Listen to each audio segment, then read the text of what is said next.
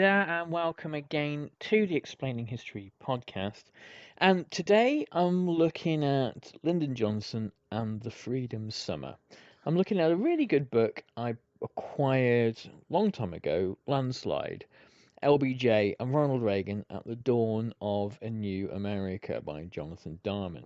And the argument that it sets out is that 1966 is a kind of um, pivot year for American politics, and you have two kind of political heavyweights: Johnson, who is president up until he declines to seek re-election in '68, and Ronald Reagan, the governor of California, who has kind of presidential ambitions, and he sort of succeeds Barry Goldwater as the key figure on the kind of reactionary neoliberal right.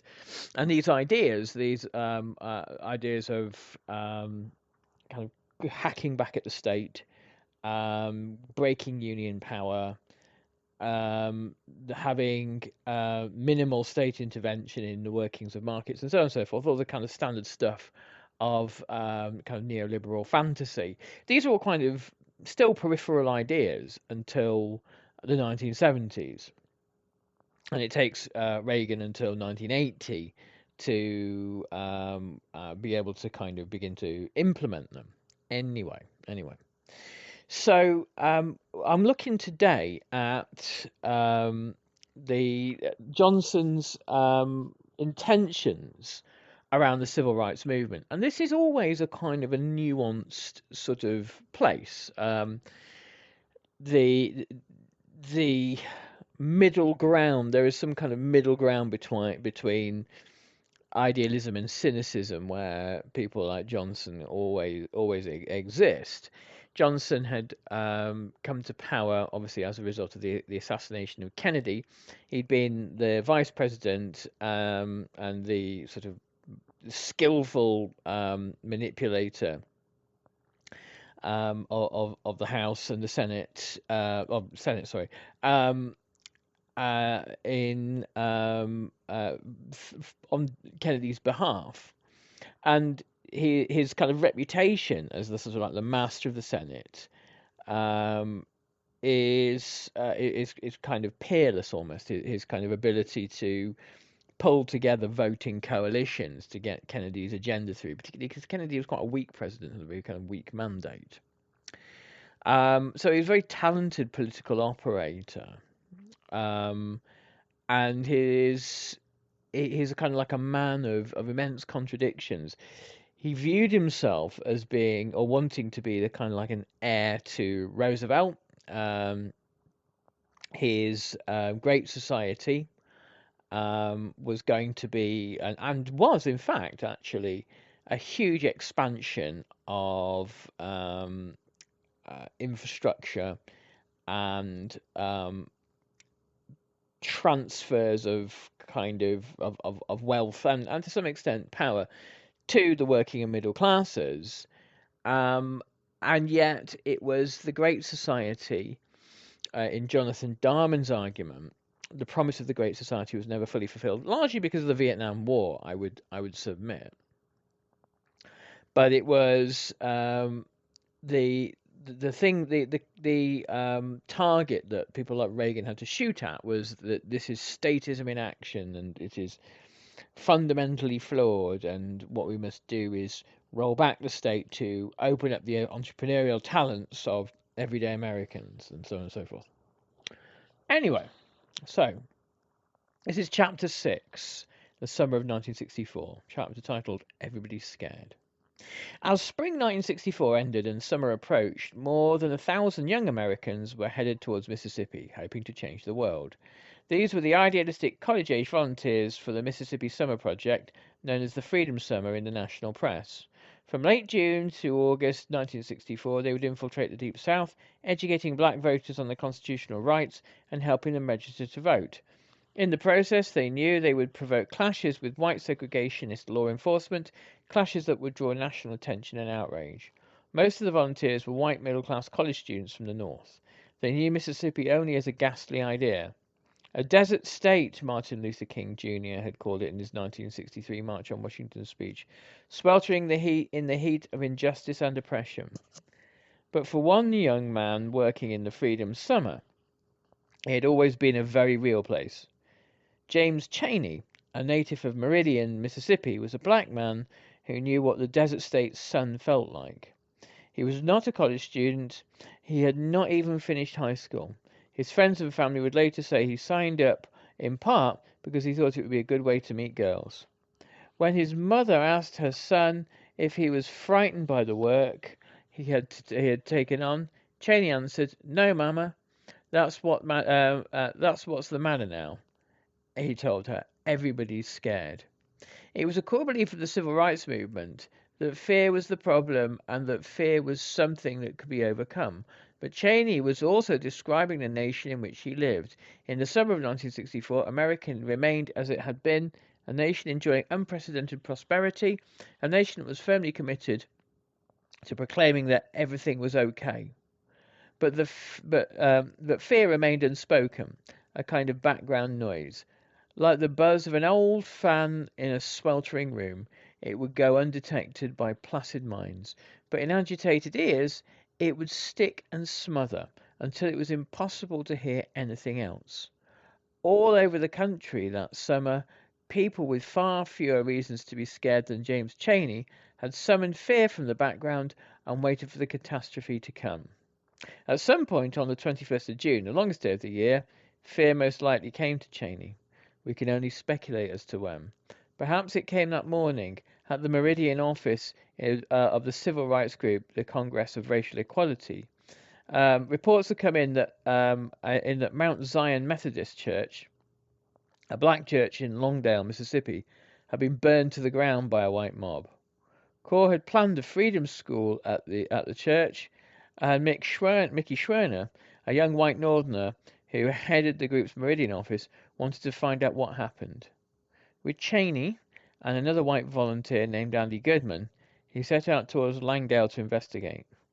Chaney, a native Mississippian, drove the car. Perhaps fear first came as he and his colleagues crossed into neighboring Neshoba County, known for its heavy Ku Klux Klan activity. Or perhaps fear came in Longdale, where Chaney saw kerosene cans lying near the cold ashes of Mount Zion. The 65-year-old structure had been totally consumed, write journalists Seth Kagan and Philip Dre in their definitive accounts of the events in Neshoba County on the 21st of June. All that remained was the bell, some blackened hymnals, and a grotesquely twisted piece of metal that had been on the roof. Perhaps fear came when the Mount Zion parishioners delivered a message to Schwerner, whose activities in the county had raised the ire of its white folk. The people who did this were looking for you. Or perhaps fear came on the long drive back towards Meridian when a police car appeared in Chaney's rearview mirror. Or not long thereafter when Chaney's right rear tire gave out and the station wagon came to a halt. Or perhaps it came when the police car stopped behind the station wagon and the menacing figure of the Neshoba County Deputy Sheriff Cecil Price emerged, ordering the three men out of the car. Price told them they were under arrest. It was unclear exactly what their crime was. They didn't ask. Price was carrying the Southern policeman's nightstick, the leather blackjack. Behind bars in Philadelphia, Mississippi, the county seat, the men waited out the afternoon. Deputy Price had hauled them into the Neshoba County Jail and disappeared. When the prisoners asked if they might be able to make a phone call back to Meridian, the local jailers said no. Perhaps there, in the quiet of the jail cell, as the bountiful daylight of the summer solstice slowly slipped away, fear came to James Chaney. It was an article of faith amongst civil rights workers never to let anyone release you from the jail after sundown. You never know who's going to come and find you at night. At 10 o'clock, when full darkness had settled in, a returned Deputy Price informed the prisoners that they were free to go. The three men emerged from the jail into the thick, muddy night, free but not safe. "Now let's see how quickly you all can get out of Neshoba County," Deputy Price had said as they left the jail. As Chaney drove away, He could see the deputy's headlights following behind. Then, at the edge of town, the lights disappeared. There was only the dark countryside and the desolate road. Somewhere in the distance was the county line, and their meridian out of sight, but there. The station wagon sped forward. Maybe the men inside thought they would be safe after all. Maybe for a moment their fear slipped away. But then came headlights again, speeding towards the station wagon. Chaney, who knew what had happened on the dark roads in Mississippi, hit the gas. The safety of Meridian was too many miles away. Most likely out of desperation, he pulled off onto a narrow gravel road, perhaps hoping to lose his pursuer. But the headlights still followed close behind. Then, as the station wagon careened through the darkness, it was suddenly filled with flashing red light. A police signal. Chaney pulled the station wagon to a stop on the side of the lonely highway where the three men inside awaited another encounter with their pursuer, Deputy Price. "I thought you were going back to Meridian if we let you out of jail," the deputy said. "We were going now," Chaney offered in reply. "Well, you sure we're taking the long way round?" said Price. "Get out of the car." This would have been an unappealing offer, for the deputy was not alone. Shortly after Price pulled the rights workers over, a car pulled up behind. It was packed with passengers, civilians, not police. There were 6 of them, and they were all white. Price ordered his 3 prisoners to get into the back seat of his own vehicle. The 2 white men obeyed. For a moment Chaney held back. Perhaps he was thinking about what happened to black men in Mississippi on dark roads in the dead of night. Perhaps the fear had paralyzed him, or perhaps he was trying to summon his strength. That's what's the matter now. Everyone's scared. Then he felt Price's leather blackjack cracking into his skull. So, to the people who eventually murdered the 3 civil rights workers, you can only imagine they viewed this kind of intervention from the North as a sort of an act of war almost. You have, not to remotely sympathise with any of them, but the way in which poor Southern whites viewed the civil rights struggle was as the kind of a desperate attempt to hold on to what what W.E.B. Du Bois referred to as the kind of the wages of whiteness, the thing that you get even if you're on the lowest rung of the ladder by dint of your skin color, which is a kind of an unspoken deal between the ruling classes in white Southern society and the poorest of the poor, or the kind of the white working class. And the relationship, and this had been the same since the end of the Civil War, the relationship between law enforcement and white racist terrorism was so intimately connected that the kind of the overlap is the Venn diagram is basically a circle. That there were people in Mississippi who could commit murders with the help of the local law enforcement, the local police, and everything. Everybody knows what's happened. Like the murder of Emmett Till, everybody knew what had happened. Everybody knew the names because these guys they boast about it. This is their idea of social status. But there is a kind of a culture of omerta, and particularly because there is this kind of historical hatred of resentment of, or suspicion of, or loathing of the North, and of federal intervention in general. So that the kind of the murders that happen of the three civil rights workers, um, really are kind of an escalatory moment for Johnson in the civil rights struggle, par beyond kind of anything else. So we dive back into the narrative. What do they think happened? Think they got killed? Lyndon Johnson was on edge. It was 2 days later. That morning, the New York that morning's New York Times bore the headline from Mississippi: three in Wrights Drive reported missing. All morning, frantic relatives and fellow activists have been badgering the White House for federal assistance in the search for Chaney, Schwerner, and Goodman. Johnson could see trouble coming his way. He asked an aide, Lee White, what exactly the activist families were suggesting. What did they think had happened to these men? So far as they're concerned, White told him, they just disappeared from the face of the earth. This means murder, as they see it. Fear over the young men's fate had spread quickly. In the Meridian Corps office that Sunday, their colleagues began to worry when the men did not return by 4 p.m. as planned. They spent that afternoon calling around to local law enforcement authorities, asking if they had the men in custody. A call to the Neshoba County Jail yielded no information. No such person, said the jailer, were in custody at the time. By nightfall, word was spreading throughout the affiliated groups of the civil rights movement and to the contacts in the national press. 3 of their men were missing in the Mississippi night. The next day, the news came from Neshoba County that the men, in fact, had been held in custody there, but they had been released after dark the night before. That day, 2 journalists, Claude Sitton of the New York Times and Carl Fleming of Newsweek, arrived in Neshoba County to report on the missing men. In Philadelphia, Mississippi, the journalists were greeted by a crowd of hostile white locals. Sitton's dispatch from the next day's paper was coldly factual.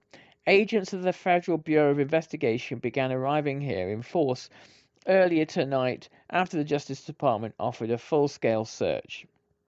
The Mississippi Highway Patrol issued a missing persons bulletin, but a spokesman in Jackson indicated late today that it had no plans at present for further action. News editors across the country were reading these words and planning their own coverage. That meant that Neshoba County was now Johnson's problem. He knew that the outcry from the friends and relatives of the missing men would only grow, but he remembered well the recent history and the not-so-recent history of the South. He was desperate to avoid confrontation over federal authority in Mississippi. So, I mean, presidents long after the Civil War, all the way up to Roosevelt, saw the South as somewhere to avoid, or somewhere to avoid any kind of conflict over jurisdiction. Roosevelt, Franklin Roosevelt, was his view of the civil rights question was that surely as living standards improved, tensions would decline, and you would have a kind of a more prosperous black and white working class who would have kind of generally less to feel aggrieved about. Now, that strikes me as the sort of thing that people say to themselves when they don't really want to properly think about the situation, and I feel that he probably didn't. It was very, very low down on his list of priorities, and other presidents as well. Looked at the South and they thought there's little or no political gain to be made by meddling with this stuff, and the question of civil rights hopefully kind of goes away. But I mean, Johnson, in fairness, did address the civil rights issue. However, he desperately did not want to become entangled in questions of enforcement over the South. The local authority in Mississippi, meanwhile, was disinclined to admit that the men had gone missing at all. Sitton's dispatch quoted Deputy Price's boss, Neshoba County Sheriff L.A. Rainey. If they're missing, said Rainey, they'll just head out somewhere. Trying to get a lot of publicity out of it, I figure. I don't believe there's 3 missing, Mississippi Senator James Eastland told Johnson on the phone that Tuesday. I believe it's a publicity stunt. There's no white organizations in that area of Mississippi. Who could possibly harm 'em? It'll take a crowd to make 3 men disappear. That depends on the kinds of men, Jim, an indulgent President Johnson said. It might take a big crowd to take 3 like you. I imagine it wouldn't take many to capture me. Presently, their conversation was interrupted by a call from the FBI Director Hoover, who had details from his investigators on the scene. Some Choctaw Indians had come up on a burned out station wagon near a swamp. Apparently, what's happened, Hoover said, is that these men have been killed, although, as I can say, we can't tell if anybody's in there in view of the intense heat. Johnson wondered if he ought to send word to the missing men's families. I don't like you having to see these people, Hoover said, because we're going to have more cases like this down south. That was what Johnson feared most. The child station wagon in the forest changed things. Now there was a picture around which the TV networks could build a story. More reporters rushed to Neshoba County. Now, soon the newscasts were showing the familiar Southern story. A sinister local sheriff, backed by a sullen white citizenry, statements of outrage from civil rights leaders, a swarming federal presence. Hoover would have more than 100 men in the area by the week's end.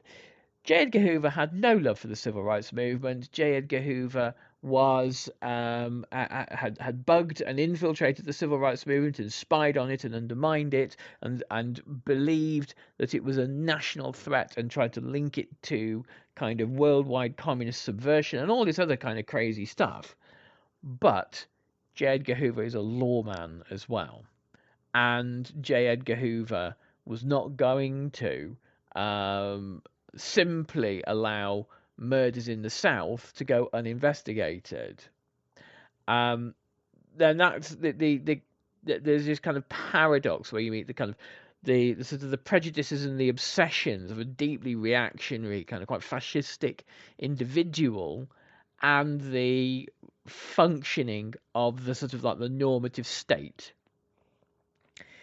At Johnson's urging, McNamara would mobilise members of the armed forces in the region to aid the effort. But still, the missing workers were nowhere to be found. Officially, at the weekend, they were missing, wrote Newsweek. Unofficially, few doubted that they were the first martyrs of a fiery Mississippi summer.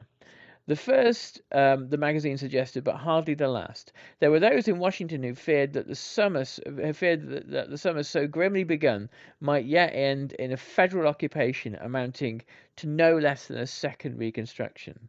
This was exactly the kind of talk Johnson did not want.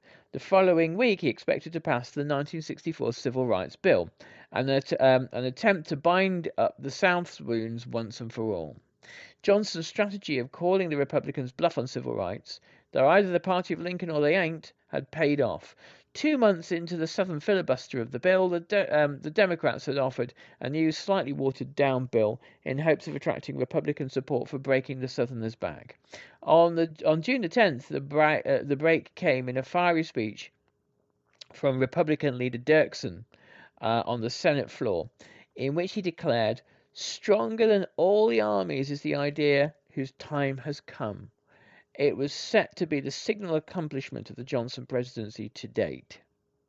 "We have now come to the time of national testing," Johnson told the country, I beg your pardon, in a televised address before the bill passed the House on July the 2nd. "We must not fail." That day he signed the bill in a White House ceremony. A Universal newsreel that played in theaters that summer captured perfectly the story that Johnson wanted told.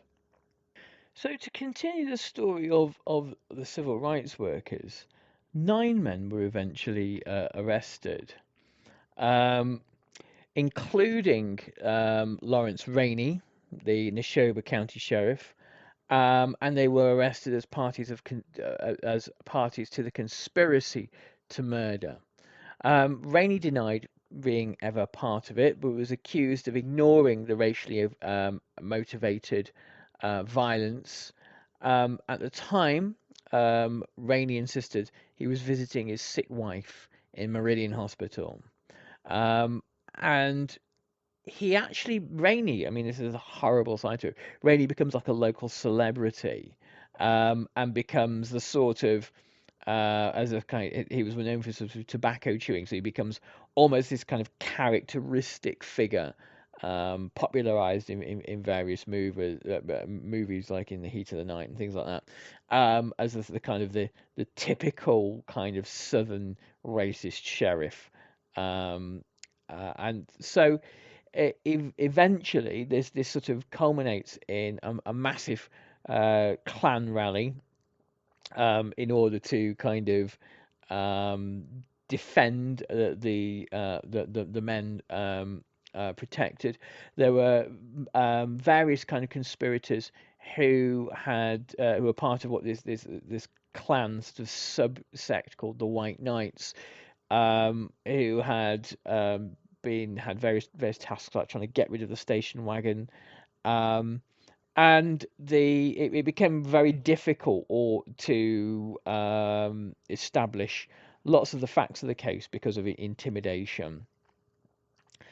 Um, it was believed by the federal authorities that there were many people who were involved in the murders of Goodman, Chaney, and Schwerner. All of the three victims were shot, and they were then loaded into a station wagon and transported to a farm which was a few miles southwest of Philadelphia. And that's where the bodies were hidden. And if it was quoted in court by Price, one of the accused, that he said, "Well, boys, you done a good job. You struck a blow for the white man. Mississippi can be proud of you. You let those agitating outsiders know where this state stands. Go home now and forget it. But before you go, I'm looking each one of you in the eye and telling you this. The first man who talks is dead. If anybody who knows anything about this ever opens his mouth to any outsider about it, then the rest of us are going to kill him just as dead as we killed those three son of bitches tonight." Does everybody understand what I'm saying? The man who talks is dead, dead, dead. Eventually, the case came to trial, and on October the 20th, 1967, Cecil Price, the local Klan Imperial wizard Samuel Bowers, Alton Wayne Roberts, Jimmy Snowden, Billy Wayne Posse, Horace Barnett, and Jimmy Aldridge were convicted. They were given sentences ranging between 3 to 10 years. They began serving their sentences. They appealed for a long time. They began serving their sentences in March 1970, none serving more than 6 years.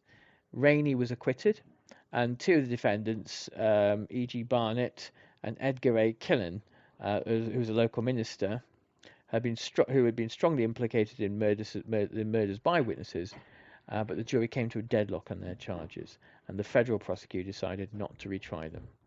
On May the 7th, 2000, the jury revealed that in the case of Killen, they deadlocked after a lone juror stated that she could never convict a preacher. Wow. I think that there's an awful lot to kind of explore and unpack there.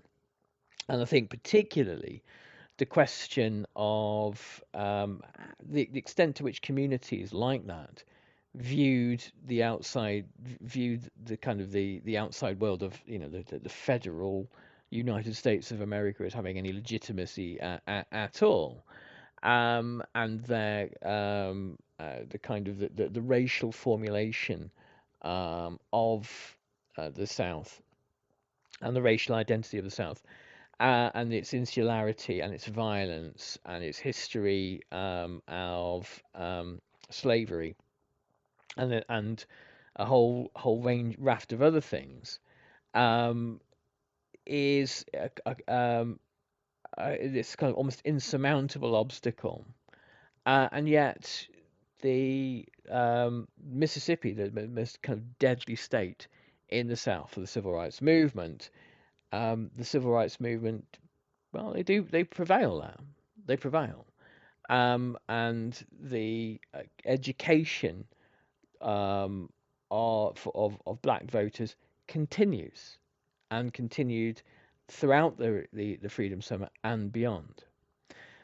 So I'll leave you there. Remember, if you want to listen to the podcast without any adverts, then hop over onto Patreon. I'll put a link below, and you can sign up there. Thanks very much. All the best. Bye bye.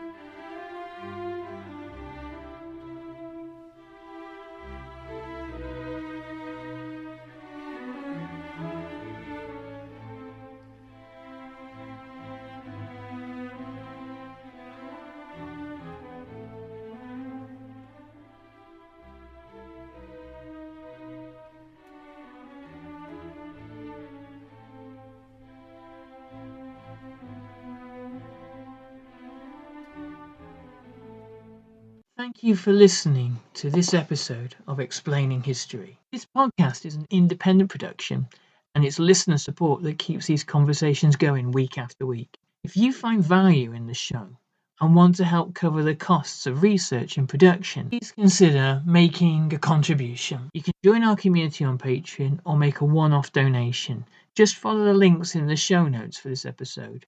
Every bit of support is truly appreciated.